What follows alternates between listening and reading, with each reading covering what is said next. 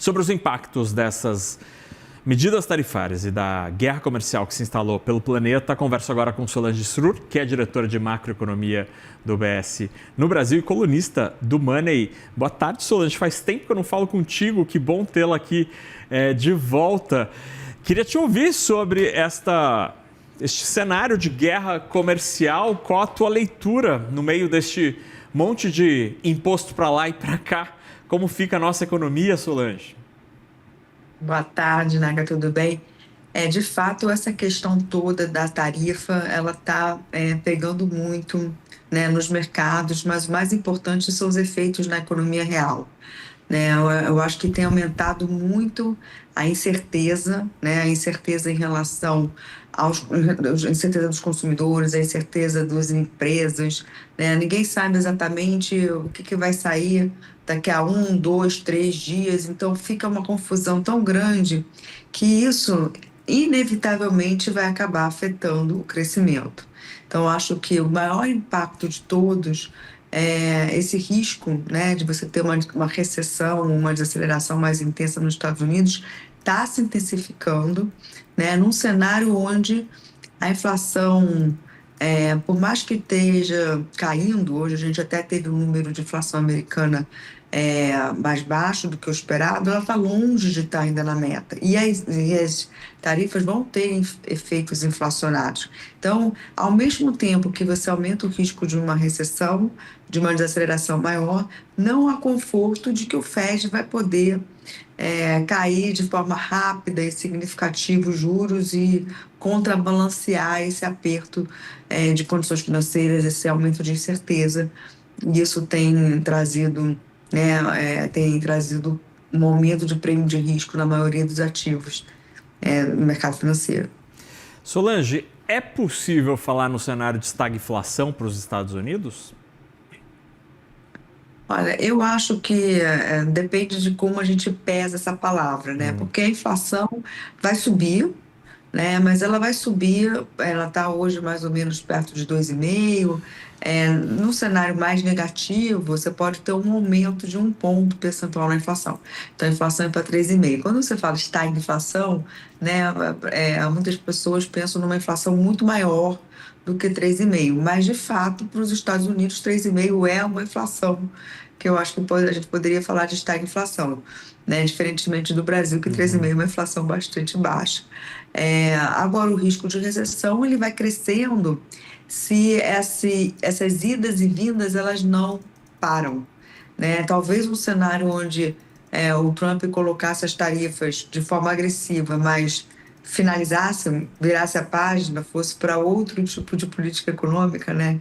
Que ele está querendo mudar, tem tantas coisas que estão aí sendo discutidas, talvez o impacto recessivo fosse menor, né? O inflacionário seria tão alto quanto, mas o recessivo está vindo dessa insegurança do que vai ser o dia de amanhã e, como vocês mostraram na reportagem também, essa insegurança dos países que estão recebendo a tarifa tem trazido medidas retaliadoras. Então, isso aumenta o risco não só de uma desaceleração nos Estados Unidos, mas global. E essa recessão, me conta um pouco como que é esse processo de recessão numa economia que estava até poucas semanas demonstrando sinais de muita fortaleza. Esta recessão ela é gerada pela simples incapacidade do empresariado, por exemplo, entender como será o dia de amanhã, a próxima semana, e aí você começa a ter problemas absolutamente básicos, como não conseguir precificar o que se produz. Como são as etapas até chegar a essa paralisia possível da economia, Solange? Eu dividiria em dois grupos. Primeiro, os empresários não conseguem mais investir, porque eles não sabem quais são os seus custos de energia, seus custos dos insumos, com que parceiros comerciais pode contar. Então, uma insegurança tão grande que é impossível investir. O investimento, ele é o fator mais cíclico do PIB, né? Ele desacelera muito rápido. É diferente do consumo que você consegue suavizar ao longo do tempo, porque as pessoas têm poupança. Então, elas podem consumir um pouco mais, mesmo sem renda, porque eles poupam. Mas nas empresas, o investimento é rápido. Ele cai ou sobe de uma maneira muito cíclica, né? Agora, do ponto de vista dos consumidores, eu acho que existe uma incerteza em relação ao emprego, né? Porque se os Estados Unidos entra em desaceleração, existe uma insegurança em relação ao emprego.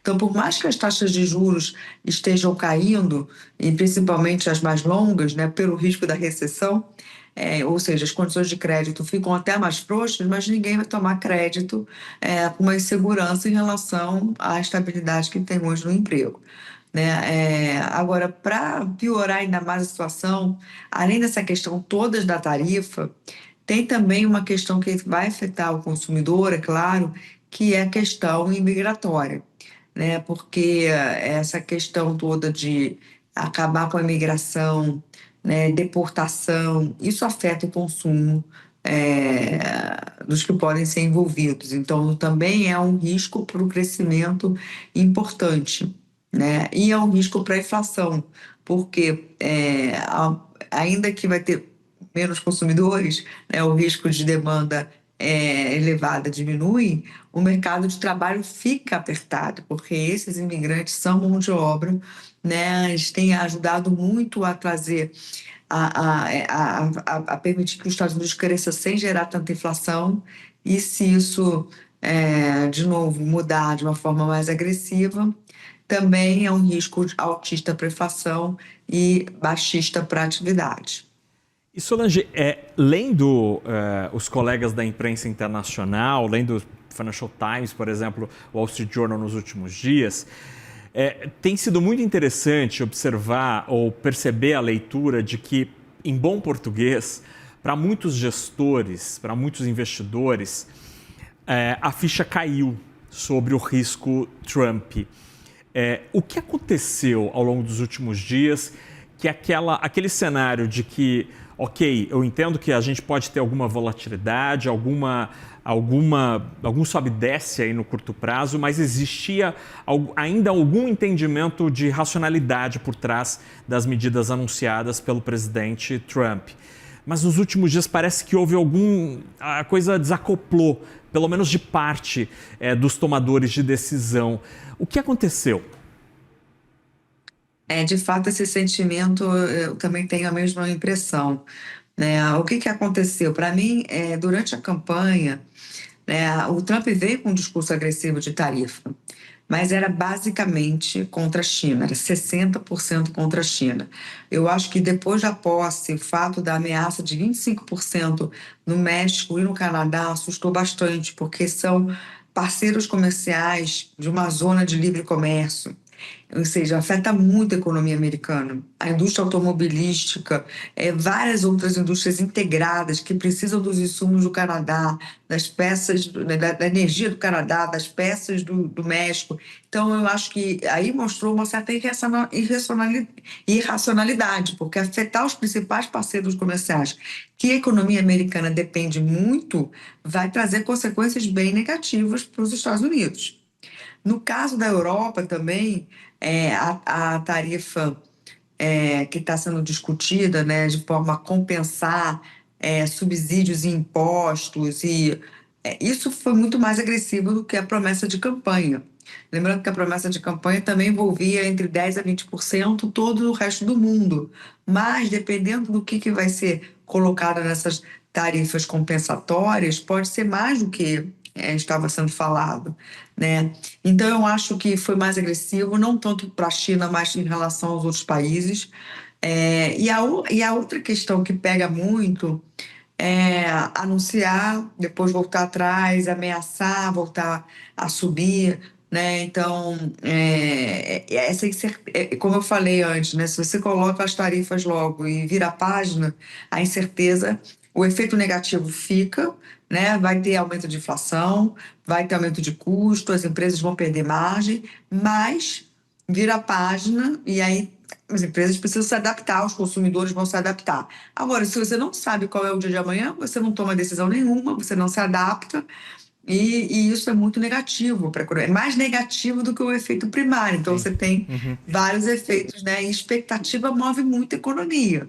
Então, se não há nenhum tipo de previsibilidade, o efeito é maior. Ou seja, não é pelo fato em si, mas pelo processo em que tudo isso está acontecendo que acaba gerando essa necessidade de cautela e aí gera essa aversão que a gente começa a perceber recentemente, né? E eu vou acrescentar um ponto que eu acho importante, que é o seguinte: o mercado sempre acreditou que os preços, né, principalmente o nível da Bolsa Americana, afetasse as decisões econômicas que a equipe do Trump toma, né, porque eles seriam sensíveis aos preços Sim. do mercado. Isso tem uma explicação muito lógica. Grande parte dos americanos tem a sua poupança investida na Bolsa de Valores. Então é importante a gente entender isso, porque é muito diferente do caso brasileiro. Então, se a Bolsa de Valores cai 10, 20%, isso afeta muito a percepção de riqueza dos americanos, afeta muito o consumo. Então, o Trump seria sensível a uma queda significativa da Bolsa. E depois de a gente ter visto uma queda de quase 10% no S&P, ele disse que ruídos vão acontecer, bolsa sobe, bolsa cai, o importante para ele é fazer essa mudança de conceito da economia americana, que agora é muito mais o America First, é fazer a economia se industrializar do que qualquer outra coisa. Então, o mercado ficou sem saber qual o nível exatamente de piora que pode fazer esse governo voltar atrás nas suas decisões, ou pelo menos não trazer tantas incertezas. Então, ficou meio sem régua. Solange Surur, que bom tê-la aqui para conversar com a gente nessa análise absolutamente sensacional, cirúrgica do que está acontecendo nesta bagunça do noticiário, cheio de surpresas a cada dia. Que bom tê-la aqui com a gente, Solange. Obrigado de verdade por esta conversa e que tomara que a gente volte a conversar aqui rapidamente, em breve. Obrigado, boa noite. Com certeza. Obrigada a você. Até logo. Tchau, tchau.